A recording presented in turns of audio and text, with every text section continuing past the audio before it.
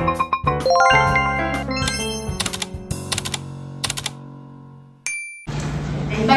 bismillahirrahmanirrahim. Assalamualaikum warahmatullahi wabarakatuh. Waalaikumsalam warahmatullahi wabarakatuh.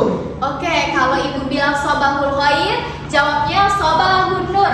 Dan kalau ibu bilang kaifa halu, jawabnya bi khair, alhamdulillah. Oke, ibu ulangi. Sobahul khair, Sobahun nur. kaifa halu, Bil khair, alhamdulillah.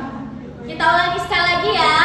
Sobahul khair, Sobahun nur. kaifa halu. Baiklah, sebelumnya alhamdulillahirabbil alamin, assalatu wassalamu ala asyrafil anbiya'i wal mursalin wa ala alihi wa ashabihi ajmain, amma ba'du. Baiklah, yang pertama-tama yang sama-sama kita hormati dosen pengampu metodologi penelitian yaitu Bapak Dr. Andes Rizalman, AFPD, serta teman-teman yang tentunya saya banggakan.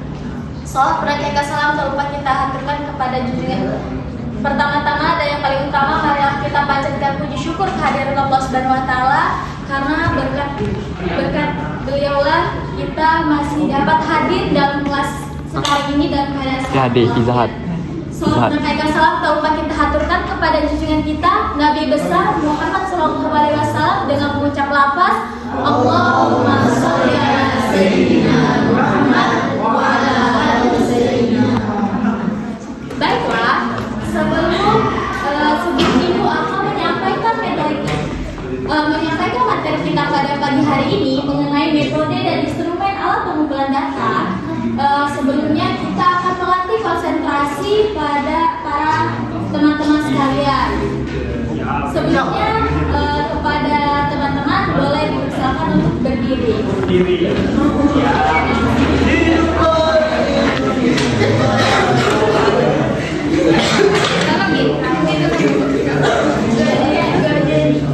Permainannya ikuti yang saya ucapi. Ucapi apa ucapkan? Ucapi. Ikuti yang saya ucapkan. Baiklah. Permainannya itu namanya kucuk mekar. Asik. Jadi kalau kucuk gerakannya seperti ini. Kalau mekar seperti ini. Wah. Oke? Bisa kita mulai? Bisa. Kucuk, mekar, kucuk, mekar, kuntup, kucuk, mekar, Ucup. kucuk, mekar. Oke, akan kita balik. Kalau misalkan mekar seperti ini dan kucuk seperti ini. Ucup. Tutup. Mekar, kucuk, mekar, kucuk, kucuk. Ah, kena semua, maju semua. Maju semua. Maju semua, maju semua.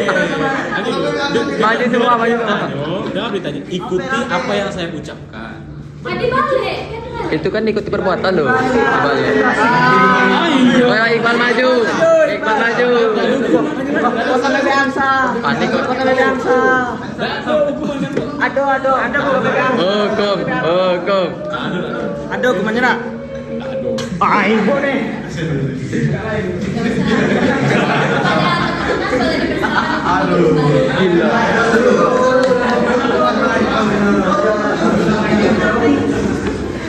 Bacot kau. Baiklah, kita masuki yang pertama yaitu metode dan instrumen pengumpulan data. Sebelumnya kita harus mengetahui apa sih sebenarnya metode itu. Jadi metode pengumpulan data adalah cara-cara yang dapat digunakan oleh peneliti untuk mengumpulkan data. Metode-metode penelitian termasuk yang pertama yaitu angket wawancara atau interview, pengamatan, ujian atau tes, dokumentasi dan lain sebagainya. Jadi metode pengumpulan data ini adalah cara-cara yang dilakukan peneliti untuk mendapatkan data-data. Yang kedua yaitu instrumen penelitian. penelitian.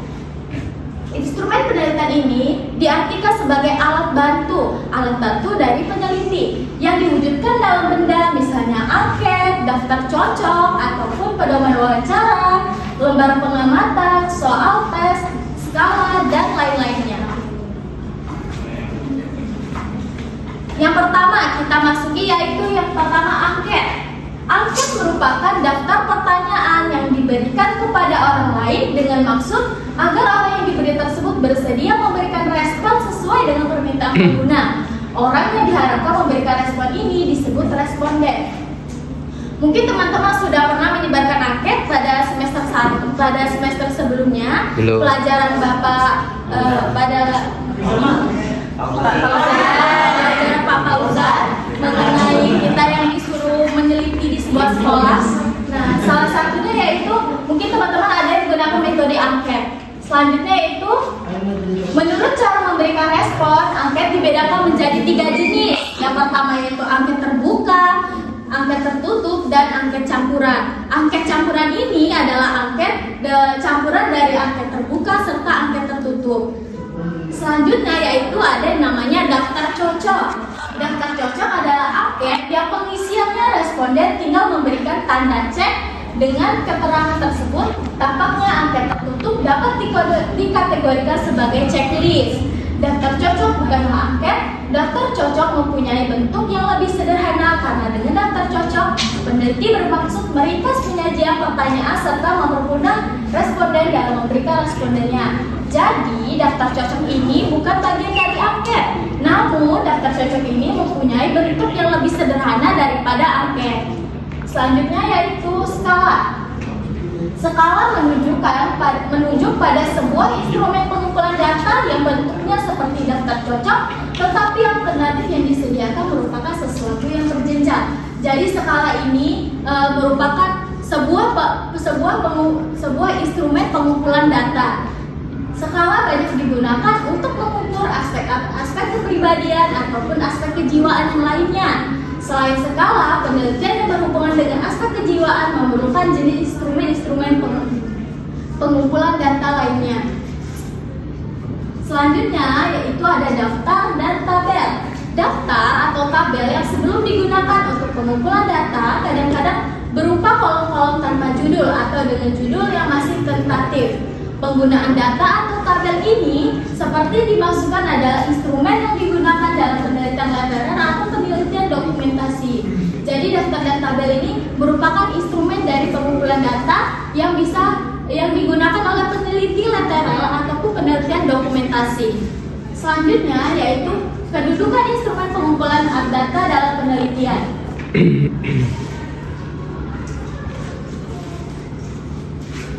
Di dalam kerangka penelitian dikemukakan bahwa pokok utama yang menentukan segalanya di dalam penelitian adalah permasalahan atau problematika. Jadi pokok utama dalam penelitian adalah permasalahan ataupun problematika. Permasalahan tersebut merupakan perincian yang dirumuskan dengan tujuan penelitian atau hipotesis. Selanjutnya, untuk menjawab problematika tadi nih, problematika yang dihadapi oleh peneliti, untuk mencapai tujuan dan membuktikan hipotesis, diperlukannya namanya data. Agar peneliti dipermudahkan pekerjaannya, digunakan instrumen pengumpulan data tersebut. Selanjutnya, faktor-faktor yang dipertimbangkan dalam memilih instrumen pengumpulan data. Yang pertama yaitu data yang diperlukan merupakan sesuatu yang menentukan. Yang kedua yaitu sumber data di mana data dapat diperoleh berbentuk alternatif. Yang ketiga yaitu pemilihan penelitian terhadap alternatif sumber data akan mempengaruhi pemilihan alternatif metode pengumpulan data. Selanjutnya yang terakhir yaitu hal-hal yang berhubungan dengan keinginan peneliti serta kendala-kendala yang ada pada diri peneliti sendiri atau harap ingat judul penelitian harus sesuai dengan kemampuan peneliti. Baik, sekiranya hanya itu yang dapat saya sampaikan. Lebih dan kurangnya saya mohon maaf. Wabillahi taufiq wal hidayah. Wassalamualaikum warahmatullahi wabarakatuh. Waalaikumsalam.